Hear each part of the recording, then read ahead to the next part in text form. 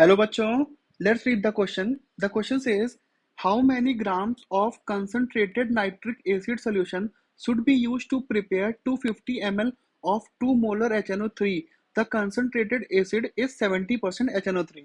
बच्चों सबसे पहले हम इस क्वेश्चन का की कंसेप्ट जान लेते हैं. इस क्वेश्चन में जो की कंसेप्ट होगा बच्चों वो होगा concentration of solution. Concentration of solution. बच्चों कंसंट्रेशन ऑफ सॉल्यूशन को हम मोलैरिटी भी बोलते हैं. It is defined as the number of moles of any solute which is dissolve in specific volume of any solution. और वो वॉल्यूम जो होता है बच्चों हमारे पास लीटर में होना चाहिए. अब हम इस क्वेश्चन को सॉल्व करते हैं. सबसे पहले हम देखेंगे कि हमें क्वेश्चन में क्या क्या वैल्यूज गिवन है. बच्चों सबसे पहले हमको क्वेश्चन में वॉल्यूम गिवन है जो कि 250 ml है.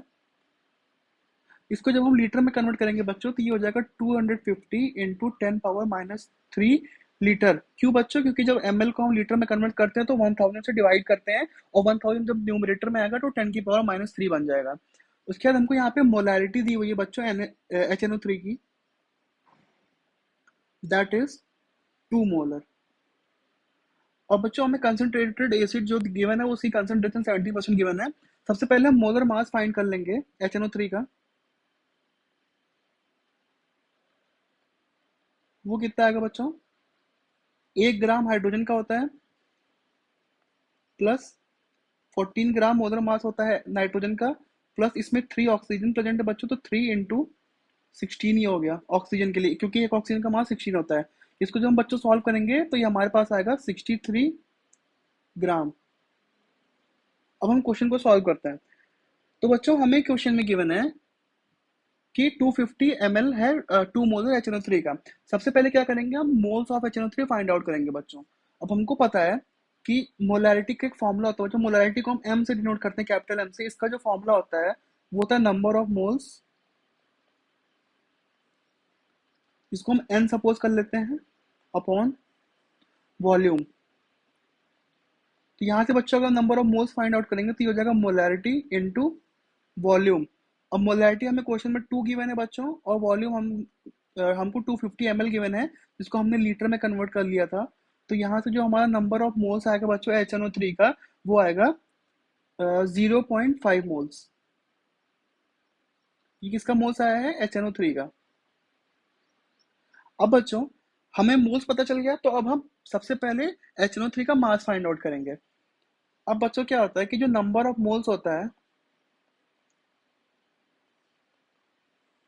n, ये होता है गिवन मास जिसको हम W से डिनोट करते हैं अपॉन मोलिकुलर वेट. तो यहाँ से जो मास हम फाइंड आउट करेंगे that will be equal to n into molecular weight. और नंबर ऑफ मोल्स बच्चों हमने निकाला 0.5 और मोलिकुलर वेट हमने बच्चों यहाँ पे फाइंड आउट किया है HNO3 का 63. जब इसको मल्टीप्लाई करेंगे तो हमारे पास जो बच्चों मास आ जाएगा HNO3 का, ये HNO3 का मास है. ये बच्चों यहाँ से निकल के आएगा 31.5 ग्राम. अब हमें क्या फाइंड आउट करना है? हमें इतना ग्राम HNO3 यहाँ से मिल गया, लेकिन क्वेश्चन में गिवन है कि 70% HNO जो पूरे सोल्यूशन में जो HNO3 है वो 70% है. इसका क्या मतलब है बच्चों? 70% HNO3 का ये मतलब है that 70 gram HNO3 is present in 100 gram solution.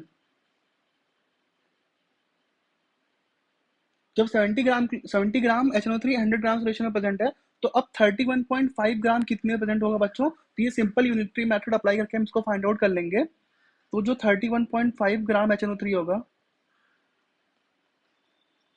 ये प्रेजेंट होगा 100 अपॉन 70 इंटू 31.5 ग्राम सोल्यूशन में.